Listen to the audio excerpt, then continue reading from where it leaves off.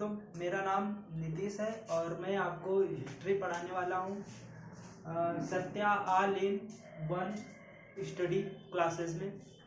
और मैं आज बात करूँगा सम्राट अशोक के बारे में। तो सम्राट अशोक जो कि मौर्य साम्राज्य का सबसे बड़ा शासक माना जाता है और ये पूरे मध्यकालीन भारत का सबसे महान शासक भी माना जाता है।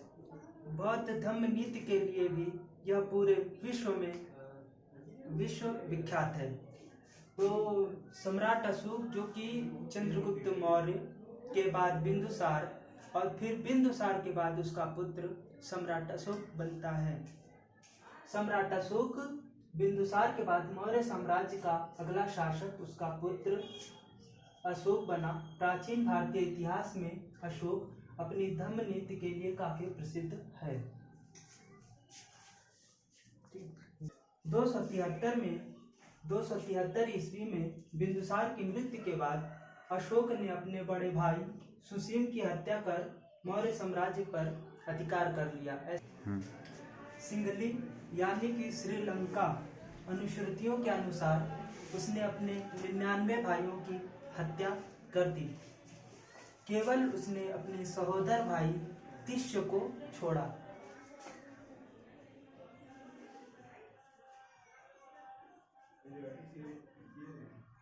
केवल अपने सहोदर भाई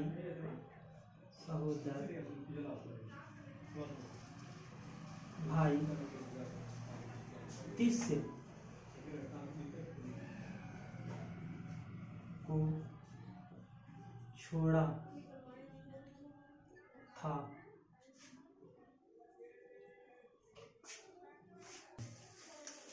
अशोक का विधिवत राज्याभिषेक राज्यारोहण के 4 वर्षों बाद 1969 ईस्वी में हुआ।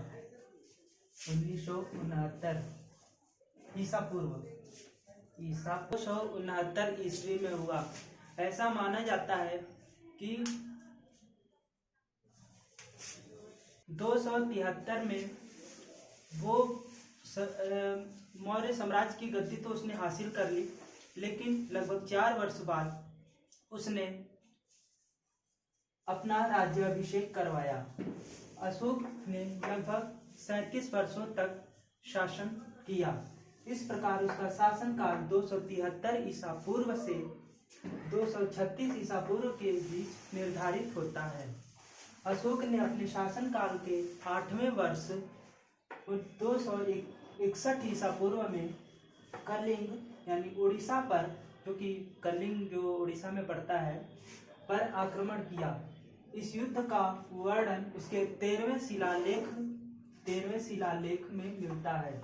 इस युद्ध में लगभग 1 लाख लोग मारे गए तथा 1.5 लाख लोग बंदी बनाए गए।